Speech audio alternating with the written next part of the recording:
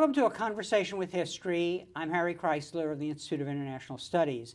Our guest today is Parag Khanna, who is a senior fellow at the New American Foundation in Washington, D.C., and director of its Global Governance Initiative. He's the author of a new book, The Second World, Empires and Influence in the New Global Order. Parag, welcome to Berkeley. Thank you so much, Harry. Where were you born and raised? I was born in India in the 70s, late 70s, to date myself, and grew up in Abu Dhabi, Dubai, and then came to the U.S. when I was about 7, and have been a New Yorker, more or less, ever since, except for a stint in Germany during high school. And so I've bounced around quite a lot. And looking back, how do you think your parents shaped your thinking about the world?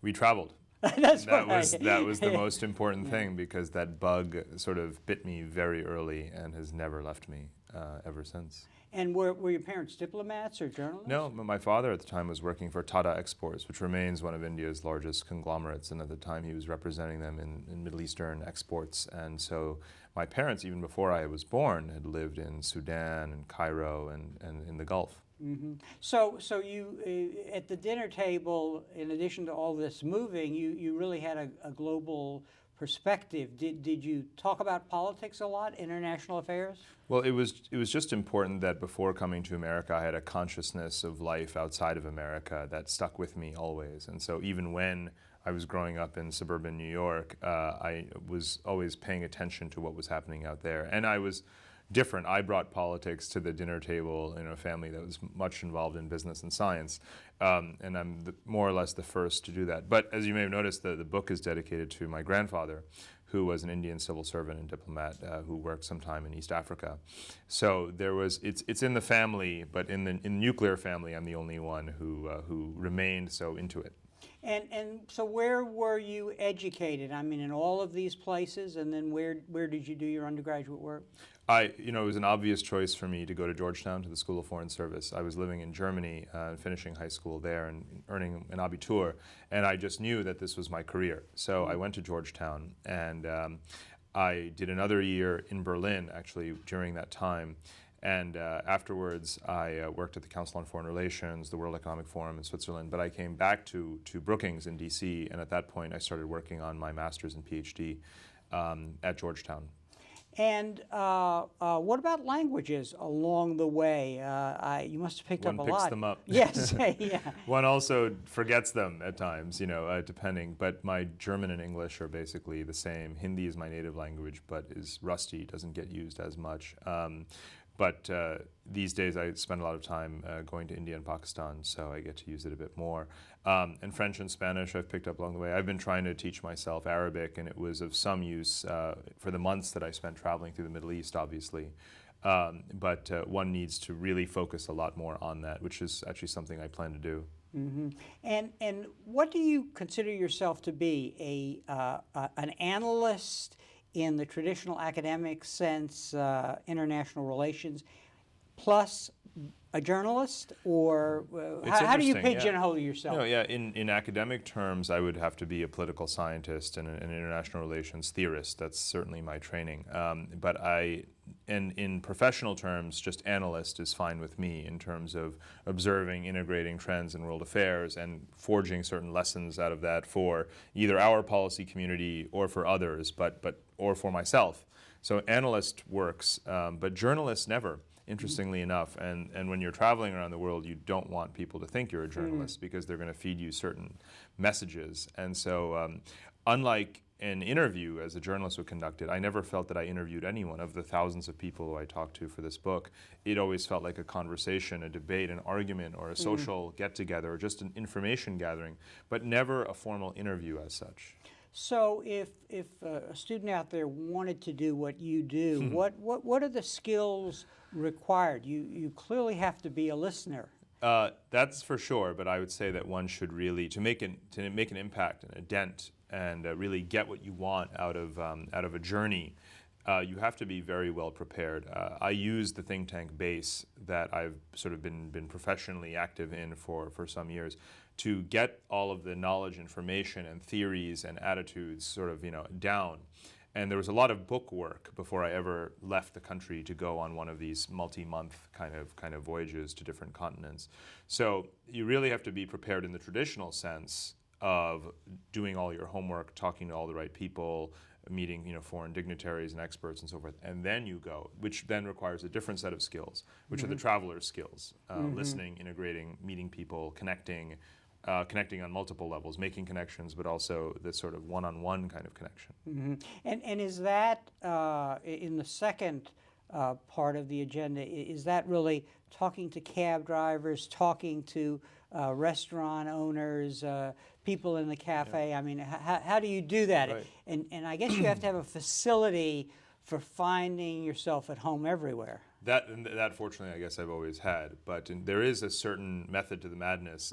It is certainly a matter of, again, leveraging the connections that one has from Washington and setting up certain meetings with key people. So I was able to meet ambassadors, prime ministers, officials, and executives and whatnot everywhere just by that. But that was only the tip of the iceberg. And what you do is you leave enough time in any given country to see what happens, basically, because every other person who you interview or speak with says, oh, you need to meet my brother, you need to meet my friend, they do this, this, this, and this. And then you stay and you explore, and one has to be judicious about who to talk to and about what. But you have to let it unfold. So a lot of people have asked, who did you talk to? And the answer is everyone. It isn't just taxi drivers or waiters and waitresses and students and journalists and officials. It's literally everyone until I got the picture. And when do you know that you have a feel for the place? Talk about that creative process where you've done all this prepping, you've done meetings in Washington, and then you come to the place. When does the I get this place come? Yeah, and the rule was never to leave the country. And because I came into a region on a one-way ticket and stayed for months and traveled through the countries overland and then flew out, I had the luxury of not having to leave a place till I was sure that I was done. And when does that sort of, light bulb go off? Strictly speaking, it's sort of, when does the marginal value of each conversation, diminish to zero? And that occurs in some countries after a week. In other places, it takes well over a month. But there was also no rule for that. But I did go in with a long set of questions for every country and everyone who I met. And when I felt I had the answer that I was going to eventually write in the book, that's when I felt confident enough to just move on. How long did it take you to write this book? 2 years. 2 years. And what is it you wanted to prove or find out?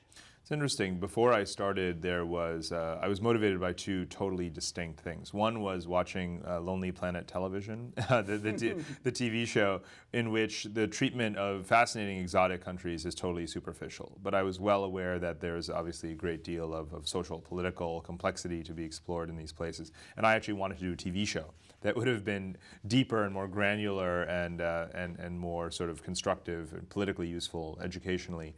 But it didn't work out as a TV show.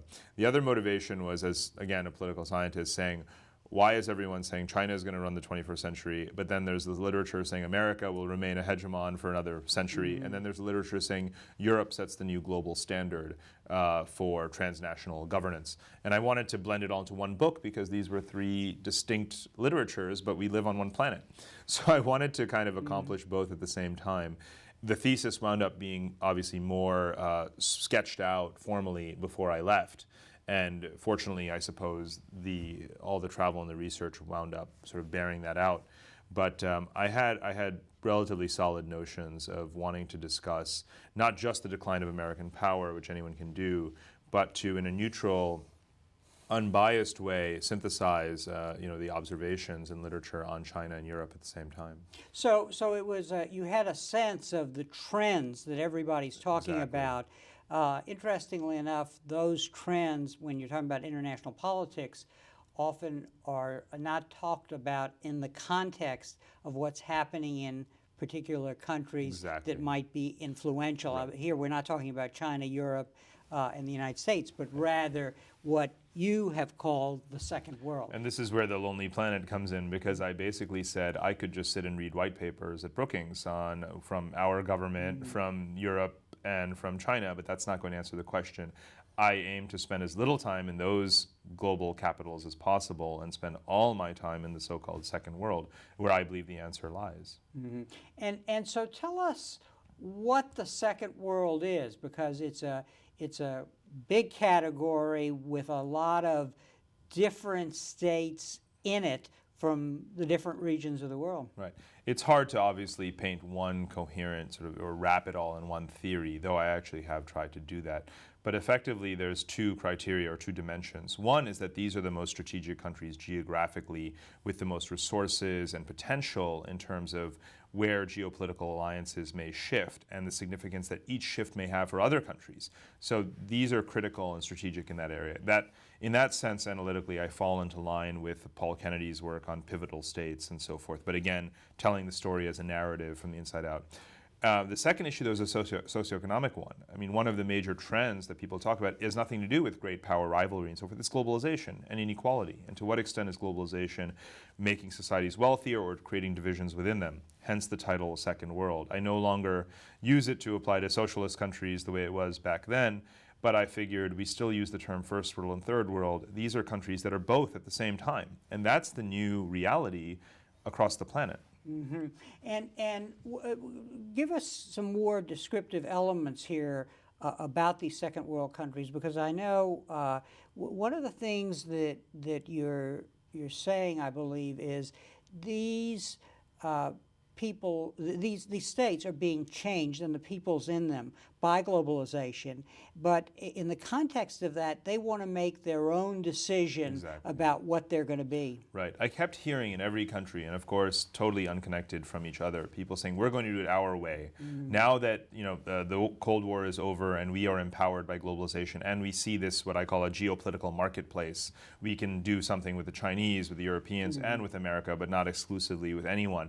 So the Brazilians say, there's going to be a Brazilian way, and the Indians say there's an Indian way, and the Kazakhs say there's a Kazakh way. I think Kazakh way is literally their doctrine, So I kept hearing this and feeling it everywhere, and the rising confidence of diplomats, of business people in all these countries to say, we'll do business with all sides. And there's a lot of it's certainly in the language that they use. It's sort of, I'll do, I have a meeting here with an American diplomat, but I'm rushing to meet a Chinese energy executive, that kind of thing.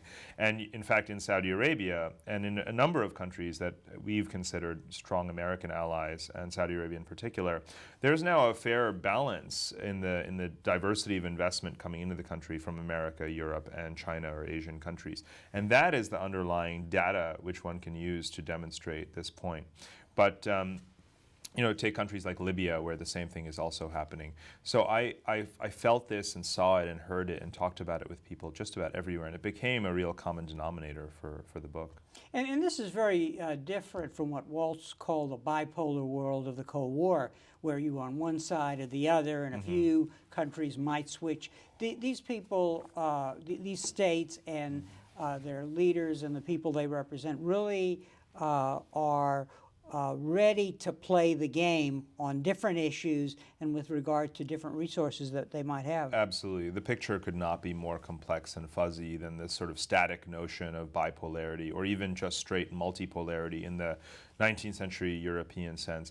The way I described it in the book, countries aren't just aligning one side or the other. You're with us or you're with the other guy. Nor is it non-alignment, the sort of Cold War, Third World bloc. What I call it is multi-alignment, as I just described it. It's countries saying we'll take all the investment and aid from Europe, which leads the world in those categories, but we'll also start to have stronger relations in terms of exports and imports and even military relationship with China. And then there's the traditional sort of political allegiance and assistance and whatnot that comes from the United States. But playing all sides is a perfectly valid strategy in the 21st century, and second world countries are doing it better than anyone. And in looking at these places as diverse as Venezuela, Libya, you look at Kazakhstan, Turkey, what positions them to be most influential in the world? Because part of what you're arguing is the changes occurring because of globalization empower this category of states to shape the future. One of the most interesting things that I did not plan on sort of observing, or was not part of my original thesis, was the connections between or among second world countries themselves. And that's happening at two levels. One is the regional, where Brazil, Argentina, Chile, and others are saying Mercosur was a really small sort of trade unit. We want to build a South American community of nations and bring us all into the second world or into the first world. Obviously, the latter would take a long time. But you find it in the Arab world, where Arab countries are saying it's not just about the oil-rich countries having the chance to elevate into the first world, but let's start spending oil wealth in the oil-deprived countries like Egypt, Morocco, and so on, and work on developing them. So this regional second world integration is something that's a very important dynamic, and regionalism became ultimately the structure for the book. But the second level is totally transnational, and I call it the anti-imperial belt. Is the best term I could come up with for it. But it really is mixing this notion of we'll play all sides, so we are anti the imperial hegemony of any one superpower, but also globalization allows us to connect with each other. So when you see Ahmadinejad go to Venezuela, or you see Belarus, Kazakhstan, Malaysia meeting or summit, that is what is going on. That is what this is actually about. It's globalization letting people connect with each other across areas: technology, energy, counterterrorism, security, trade. It's happening everywhere. One can no longer, it boggles the mind to try to capture the permutations and combinations of diplomatic relationships that are being led by the second world rather than following Moscow or Washington. And that's a lot of what I get into in the book. And isn't it also the case you're suggesting that these connections and interconnections aren't necessarily happening in international forum Right. where we expect to see them in Right. the UN or other kinds of, but rather sometimes organizations that they're creating themselves. Absolutely. So it's the regional organizations that I alluded to earlier. In the East Asian area, for example, used to be APEC, or at least America used to believe that APEC calls the shots. Now it's ASEAN, ASEAN plus 3, the ASEAN Regional Forum, the East Asian Community or East Asian Summit, indigenously building diplomatic institutions which aren't explicitly intended to rival the United Nations as such, though an Asian Monetary Fund is certainly meant to exclude the International Monetary Fund. But it has to do with basically globalization resisting centralization. You can no longer centralize power, even normative power, in the United Nations. And so it isn't just the Bush administration that has weakened the United Nations, it's globalization and these trends. And what, when you think of globalization, among the things you think about is media, basically. To what was your sense from your trips of the extent to which the individuals in these countries are watching the world and are better informed about the possibilities for themselves and for their country? It plays a tremendous role. And let's focus, for example, just on the Arab world, where Al Jazeera and Al Arabiya have played a massive role in basically creating what I call the new Arabism. It's not the political Arabism of the past, it's cultural, it's economic. I mentioned the investment across and the labor movement across poor and rich Arab countries. And it's this melting pot that's been created in the city of Dubai, which is really the new capital of Arab civilization and is a global city in its own right. The extent to which when you go into Al Arabiya, you find people from Morocco, from Syria, from Lebanon, from the Gulf, everywhere coming together. So the whole next generation of Arabs not only is aware that there are other Arab countries and peoples, but are actually blending together better. And of course, for centuries, they have had language and religion in common. So the potential for this next generational, regional Arab melting pot driven by media is quite powerful. What is the reaction to these old atavistic issues that have never been solved? One thinks of the Palestine-Israel conflict. One thinks of the problems that go back to the Cold War that were never resolved. I mean, are people beyond that, or what? No, if they were, then we wouldn't have the conflict. Yeah. But let's talk about the remedies. Look at Israel-Palestine, Kashmir between India and Pakistan, and Taiwan-China. Take three of these major hot spots in the world. Some of the most commonly prescribed or discussed solutions in all three of them basically say, globalize it, integrate, erase the border, don't eliminate the state, but do away with the resistance and the walls, and allow these societies to economically integrate, and sort of, economic growth and so forth could bring a certain political harmonization. It's certainly foremost on the agenda between India and Pakistan to have that be the best approach to resolving Kashmir after almost 60 years. Taiwan and China are already well on their way to doing that, in fact. So there is a new approach that has come with the rise of globalization to conflict resolution, some of these the thorniest conflicts that we've had of the last half century. In international relations theory, in an earlier phase, globalization, I think, was called interdependence, and it had not reached the strength that it now has. So obviously globalization is a qualitatively different phenomena. But the notion always was, by those who watched interdependence and watched globalization, that it would transform the world and wipe away the old geopolitical struggles of state power. That's not the position you take. So let's talk about how you see the global structure of power within which the second world that we've just talked about is interfacing. Well, I'm concerned with the argument that globalization eliminates geopolitics, because we have had globalization before, and what I point out is that globalization is an imperial enterprise. The wave of globalization that we saw from the 1970s onwards, was an American Western-driven globalization. Now we are seeing a European type of globalization that is exporting itself and its model, and of course a Chinese-led globalization. So the notion that there is one globalization that leads to one interdependence and serves everyone equally is very, very badly mistaken. And that's the sort of the tension that I talk about between globalization and geopolitics that actually frames the book. Rather than view them as competitive forces, I view them as two sides of the same coin. And that's where the geopolitics of today has not stopped. History has not stopped, but it functions within a globalization framework, which is unique in human history. So talk about the three poles, basically, because what you're really saying is we have a world which is not unlike a stool with three legs, right, and that we have to understand the elements of the structure. Talk a little about that. What can you tell us about China, the U.S., and Europe that are common in this particular context as they relate to the Second World, which we've just described? Right. I mean, there's most certainly, as I say, the train has left the station on European integration and creating a European model of governance and of diplomacy. The same goes for China, and then there's us. These are not irreconcilable, but they are certainly unique, and the clock cannot be turned back on their rise. It is, again, it's no more preventable than globalization itself. But what matters in terms of the Second World is the common agenda and problems that we all face diplomatically. Again, in a globalized world, in an interdependent world, we talk about transnational problems. We talk about poverty, climate, post-conflict reconstruction, counterterrorism. These are areas where Europe, China, and America have very, very clear common interests in terms of promoting prosperity and the growth of markets and preventing violent terrorism and so forth.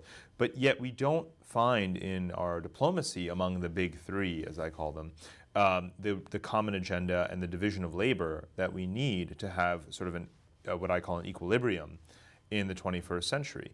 But the second world countries is where a lot of this is playing out. That's where you have the most economic growth, where you have a lot of greenhouse gas emissions, you have instability in regions because of conflicts or post-conflict situations, and you have border zones of immense poverty. All of these things are happening in the second and the sort of third worlds, but we don't have a common geopolitical strategy towards addressing them. Now, in the relations between these three poles, are we done with war, to exaggerate here, or not?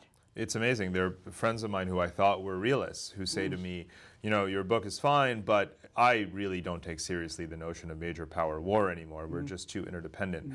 Obviously, we heard of something like that about a century ago. I worry a great deal because we have three totally unlike systems. In European history, we at least had a common culture and so forth, and even a common geography. Today we have a non-Western system, which is China, and we have something that isn't even a country, which is the European Union, and then we have the United States. The possibilities for misunderstanding, miscommunication, and sort of a flawed diplomacy are absolutely immense. So I worry about it from that point of view. I also worry about it because even minus direct confrontation, which obviously never happened in the Cold War, the second world, the proxy states, the allies that are multi-aligning and being pulled in multiple directions, historically those are the countries whose skirmishes with each other and the multiple backers that they have, that is what causes war. And there's more of that going on than ever before. So most certainly one has to worry about situations like Iran, and of course Iran-Iraq. One has to worry about Central Asia and its energy resources, and to what extent oil supplies, if stretched thin and going in multiple directions, could lead to sort of a face-off, between Western and Eastern powers, and so on. So there's many opportunities still for conflict to take place. And one other thing to add is that most certainly the US, EU, and China are increasingly economically integrated and interdependent in terms of their trade and mutual investment. But they are also building these zones, the EU zone, the East Asian zone, and the NAFTA sort of zone, which are becoming trade blocs in their own right, and still have greater trade, or increasingly have greater trade within each other than they have with each other. So one has to worry about the political calculus 10, 15, 20 years from now, when it does become feasible to strike militarily or politically or otherwise financially as well at others and face less of a consequence than we think we would face today. And those are the things that people who look long term at geopolitics and conflict should be worried about. And I want to emphasize this point, because what you're saying is that each one of these poles is really heavily into a region, which is not to say that they won't go into the other fellow's region to poach, make deals, or get resources. And that is again, we talk about a globalized and interdependent world, but what we're talking about right now is the classic stuff of geopolitics, which is building pan-regions in one's own hemisphere to attain a certain self-sufficiency, while sniping and poaching, as you say, in other regions to either destabilize others or get what one wants. So the US and China going after energy and minerals in Africa underneath Europe's nose, which provides the most aid and investment and political support to Africa, is but one example of this. China moving into Latin America, where America felt that the Monroe Doctrine has been the sort of dominant paradigm for 200 years, is another example of this. And this will happen. And the US attempting to build an India, Japan, Australia triangle and expanded NATO to contain China is a third example of this. So pan-regions are developing in terms of trade and trade blocs, yes, but this crisscrossing, globalized, undermining each other is also happening, and both can take place at the same time. Now looking again at how the Second World interfaces with this, they have, many of them, not all of them, have resources, which everybody is interested, especially the U.S., Europe, and China, because of their needs. But on the other hand, as we said before, they want to protect their identity, basically. They want to do it their way in this very diverse world. Right, and each second world country has to manage the geopolitical suitors, as I call them, Europe, the US, and China. It has to manage globalization. It has to manage its own governance and domestic challenges. Often that means overpopulation, economic strain, teetering markets and the like, rising food prices and so forth, and unstable governance when it comes to transitions from authoritarian regimes to democracy. All of these things are happening in many second world countries at the same time. And when you throw in oil into some of them, those that are oil rich, you really have a potentially combustible mix. And one of the lessons I came away with is that no matter how much time, I said earlier, I never left a country till I felt like I had the story. There's one fundamental thing that I never got, which is in 5 years, will the country X be stable? Will it have made it to the first world, or will it have collapsed? Or 10 years? That I cannot answer about a single country that I was in, and I think it would be foolish to make that prediction, because so much could go right. Each second world country has enormous potential, and I focus on that. And they have enormous liabilities, and I focus on that.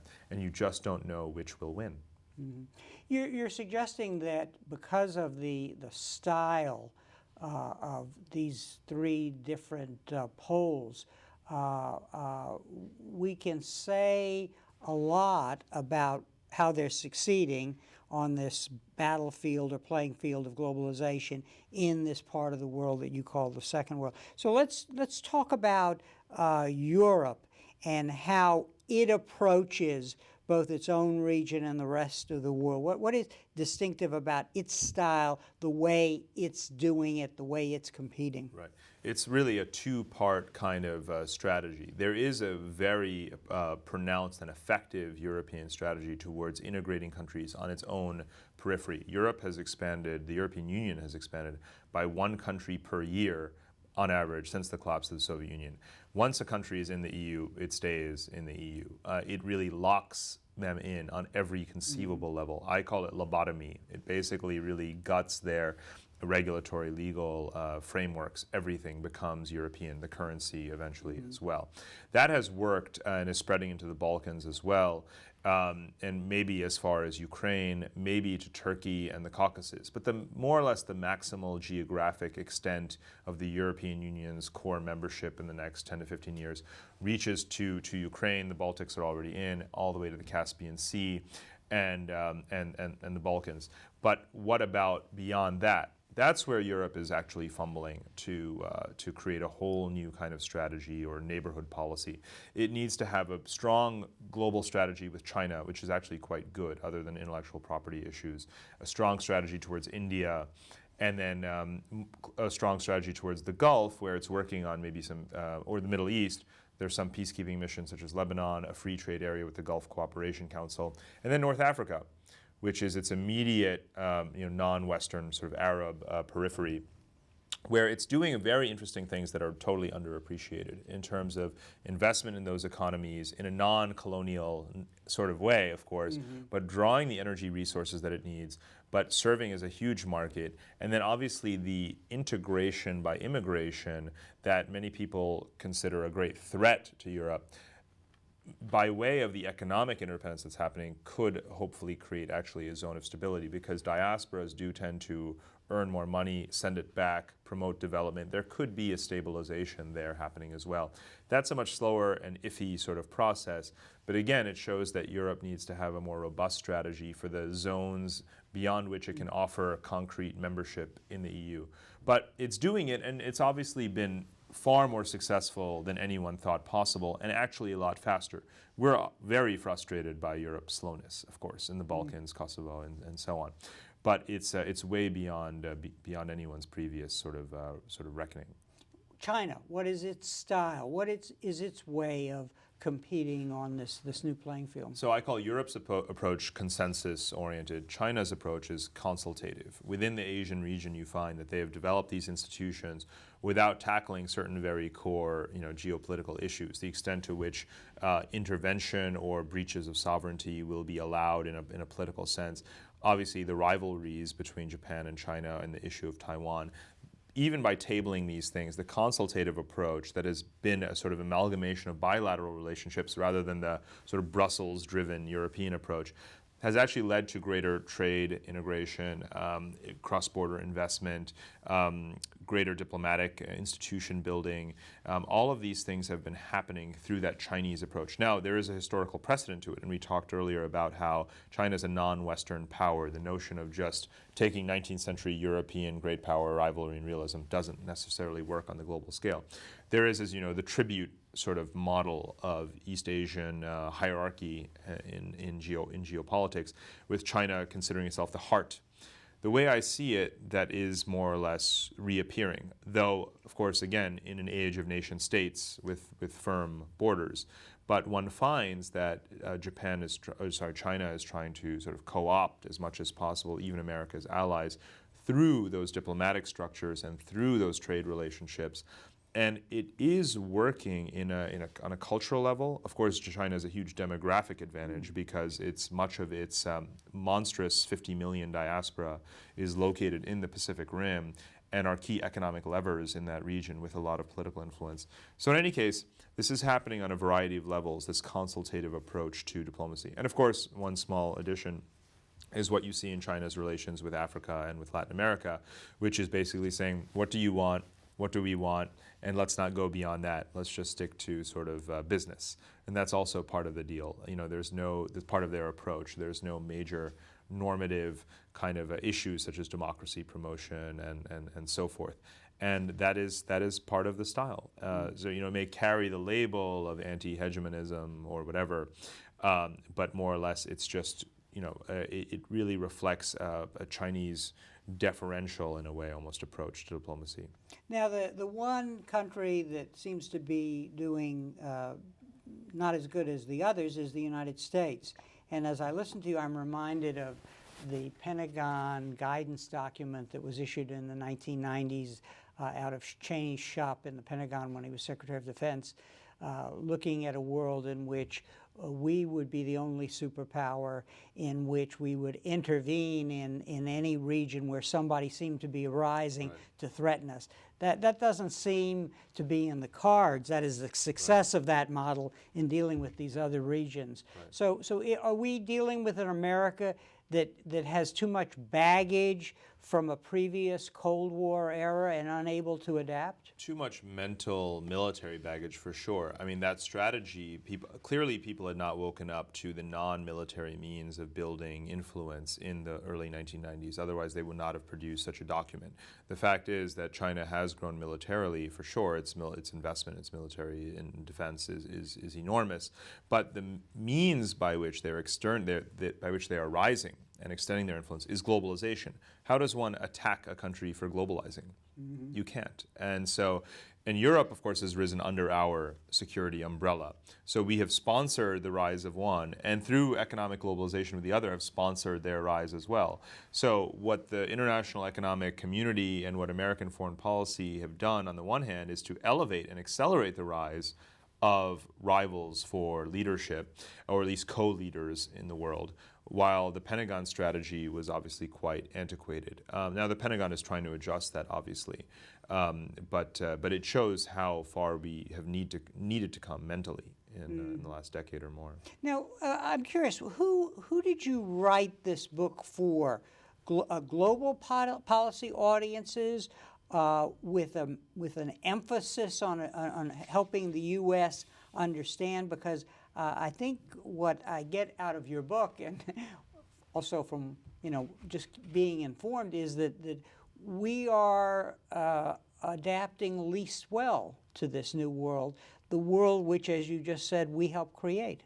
Well, adaptation is the key thing. Rather than focusing on how do we resurrect the previous Western-led multilateral order and bring others into that, I don't think we're waking up to the fact that there is a new diplomatic order in which people are building, Europe and China and others are building their own sort of orders and institutions. So we are, in a way, stuck in the past because we aren't leading a new order the way others are. The only order that we know is the one that we built, but that others aren't subscribing to as much as before. Meanwhile, we're also accused of destroying that order through our own sort of unilateralism. So certainly adaptation is the question, and we aren't necessarily adapting all that quickly. And yet, ironically, America is still a global leader and one of the driving forces of globalization. There's still many opportunities for America to restore itself. But again, other than the military realm, where America is the unquestioned superpower or hyperpower, in other areas you see a much more level playing field. Mm-hmm. You quote at one point in the book Spengler, his emphasis on the importance of unique cultural systems. And he argued that Western ideals are neither transferable or relevant. And then you also you talk about Niebuhr's concern about messianic consciousness. I take from both of these the extent to which American exceptionalism and its way of thinking about transforming the world just isn't a fit for the world that you're describing. It really isn't. I mean, strictly speaking, just look at what a small share of the world population and a smaller share of the global economy we represent. The context in which I discuss these historical philosophers and personalities is the notion that there is a new East-West tension in the world. The Cold War was called the East-West rivalry. Of course, that was not the real East. The real East is the east of India, China, and beyond, which is more, represents half the world's population, and is developing its own systems, models, priorities, and modes of conducting business. That is the real East. And there is most certainly an element of non-transferability, as you said, in terms of the ability of the West to impose itself on the East. That will no longer happen. There is going to have to be a synthesis, a reconciliation. That doesn't sit well with this sort of messianic, exceptionalist kind of mentality in the United States. But what I find, interestingly, is that every rising power has its own sense of exceptionalism. It is not just an American trait. Every empire in the past, Britain, of course, thought of itself as quite exceptional, and to some extent still does. And in a way, I explore that psychology because there is a European exceptionalism that is emerging in terms of those who view it as a common force for good in the world. And there is most definitely a Chinese exceptionalism that has a history and lineage mentally that goes back well over 1,000 years. But you're suggesting that although each might have a sense of its own exceptionalism, you're suggesting that in terms of the modality by which they implement that as they relate to the world, the Europeans and the Chinese are doing a better job because of this respect for the integrity of a world in which countries want to do it their way. Well, they're both sort of newcomers to the global stage. So by necessity, their rise and influence, particularly in the Second World, comes at a cost to our influence. So within countries that used to be purely American allies, one finds, again, this sort of playing all sides. But it's true, the ability to sort of penetrate foreign countries, second world countries, and the other powers and convince them of the American way, so to speak, the American model, whether it's the economic or political model, or convince them of American geostrategic priorities, has fallen very, very flat. And there is an appeal in many countries for the sort of Chinese way. You have regimes, and again, regimes and people are obviously two different things at times, but across North Africa and the Middle East and elsewhere, you have people saying, China does economic growth and then political reform. That makes sense to us. What happens is that often the dictates that come from Washington are just a bridge too far. A country that is poor or second world country can't become America overnight. What is the middle way? And China represents a sort of, gradualist approach to achieving what America may want countries to achieve that is more attainable in a very tangible, concrete, what do I do tomorrow kind of way. You can't become Jeffersonian democracy tomorrow. What means do societies have? First, they have to enrich themselves, and the Chinese model is working for developing countries to copy. You can't copy American capitalism overnight. Similarly, smaller countries are saying, what can we learn from Europe? Well, Europe represents this transnational model where small countries lower borders and cooperate. Again, America doesn't offer that model because we are one big territorial empire. So African Union, ASEAN, and others are saying, let's try and bring down our borders internally and copy and emulate something of Europe. So there is an adaptability issue where there's a demand for solutions that Europe and China sort of meet. And can advise on that America has much more difficulty transferring. If you were writing a memo to the next president, you have some ideas about how America can change the modalities by which it addresses the world. Talk a little about them because you're looking at a kind of systemic overhaul of the way we do policy. Right. A systemic overhaul of the world is underway, and that's certainly what the book is about. But then there's the systemic overhaul of America's worldview.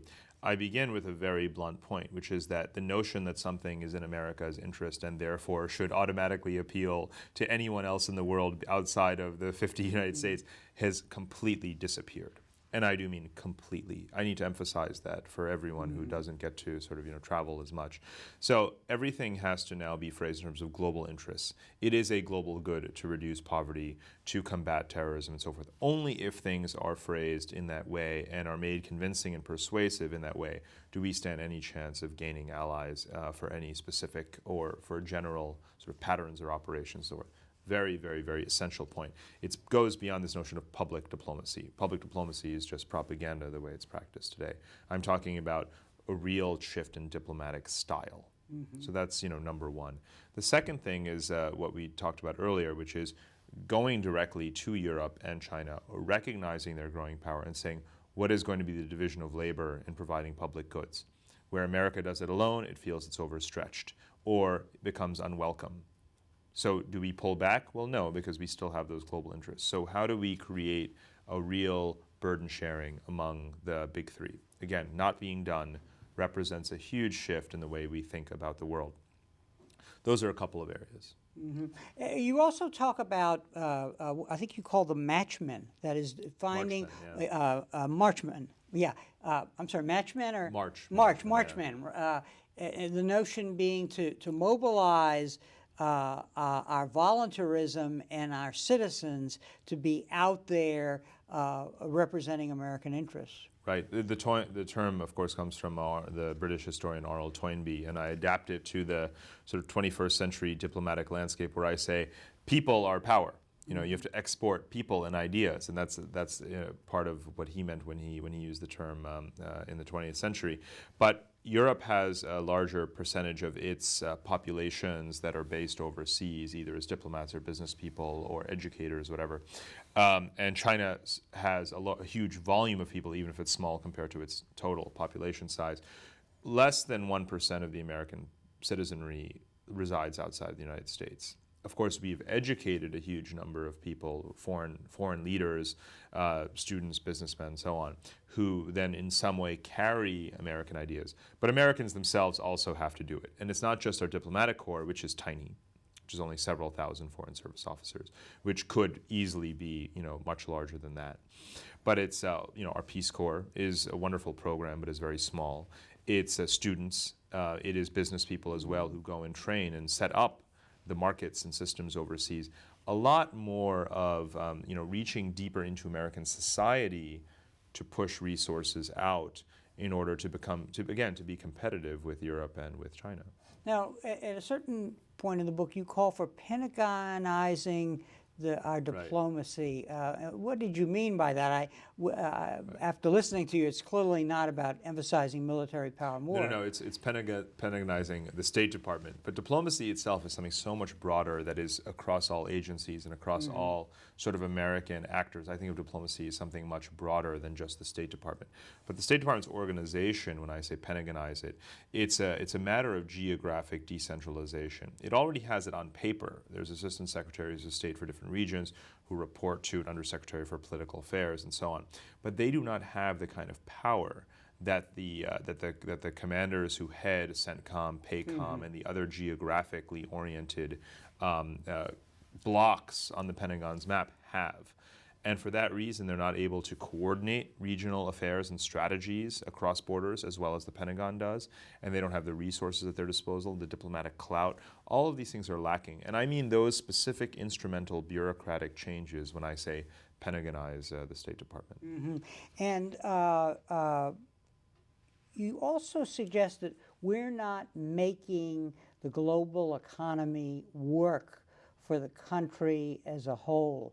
At one point in the book, you make the point that globalization in, for example, Asia is creating a middle class and strengthening it, whereas here, globalization is seen as a diminishing or of the middle class. Well, clearly, voters seem to be seeing globalization as not entirely serving their interests. It depends on whom. America's multinational corporations are experiencing more revenues and growth overseas than they are in domestic markets. Were it not for the rise of those markets, American multinationals would be in tremendous trouble today.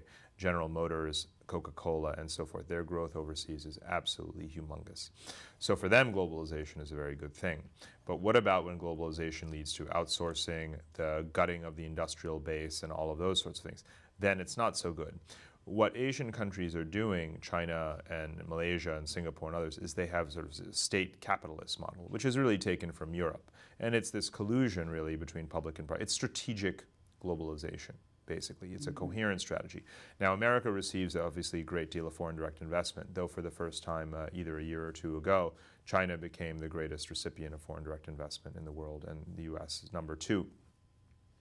To what extent, as China does, in terms of channeling that investment into developing and building the infrastructure, are we using foreign investment to renew our infrastructure? America has had a world-leading infrastructure for much of the 20th century, but that is in constant need of reappraisal, renewal, reconstruction almost, because roads, bridges, the things that every day when you turn on the news, the levees, we have floods going on right now, the things that are breaking and collapsing, and the need to bring in a 21st century infrastructure, broadband, internet penetration, and so forth, all of these things are very weak in America. You say we need a Marshall Plan for America. We more or less do, right? And this is why people talk about, Joe Stiglitz and others talk about this. This is the real major guns and butter trade-off right now in a country that is deep in deficit and now experiencing a recession. How are we going to finance the massive infrastructural overhaul and renewal that we need to strengthen the country? Literally, physically strengthen it, create modern jobs for everyone, and then close that middle class. That's going to require utilizing the foreign direct investment in this country a lot better than we have. I see your book as an exercise in political education as it relates to American audience. What do you think will be the thing that transforms our discourse so that we have a better handle on what's happening in the world and how do we relate to it?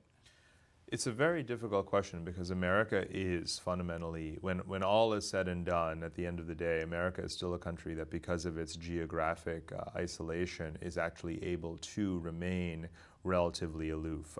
It always bothers me a bit, even as someone who became an American citizen and has traveled the world, when foreigners say, you Americans don't even have passports. I say, America has everything right here. Americans don't really need passports. Americans don't have to speak 5 languages. We're not surrounded by countries with whom we've been fighting wars for centuries. I think, America is in that geographic sense a blessed sort of place.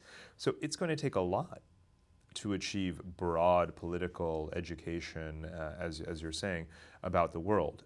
It would be nice if it began with our elites. That would be a good start. But we do need it on a broader sort of democratic basis, and it has to obviously go beyond just reading.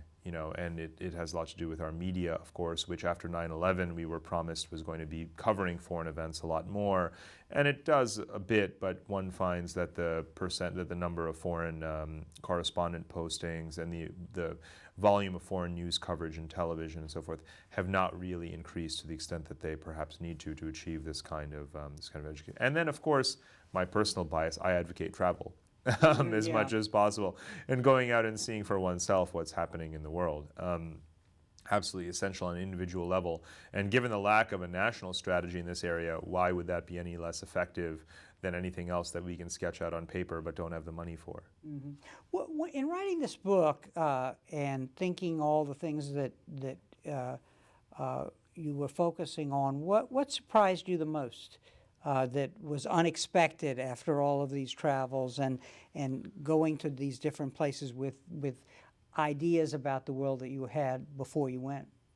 One of the ideas is people always describe the world as being either pro or anti-American, as if it's America-centric. Although, I had an inkling, obviously, in writing this book that was not the case. But the best term I could come up for it in the end was the non-American world. And that's something I emphasize throughout the book. The extent to which the world can move on and get by and prosper and conduct its own business without America is something of a wake-up call, even to an American, or even to someone like me who's American but travels a great deal. So that was something that was particularly surprising. The confidence, the energy, the extent to which technology helps to modernize societies in whichever way they choose. Even if that technology may have originated in America, it quickly becomes global. So what surprised me is the way in which globalization really divorces the instruments for modernity and achieving one's own goals from America. America is giving gifts, basically, public goods to the world. It's not particularly appreciated, but it's a major factor in driving this massive psychological shift that I felt and that I write about. Well, Parag, thank you very much for being here. Let me show your book again, The Second World, which I highly recommend as a great read, but one that combines a macro analysis with a micro analysis and really gives us a feel for the different places you go to. Thank you very much. Thank you so much. And thank you very much for joining us for this conversation with history.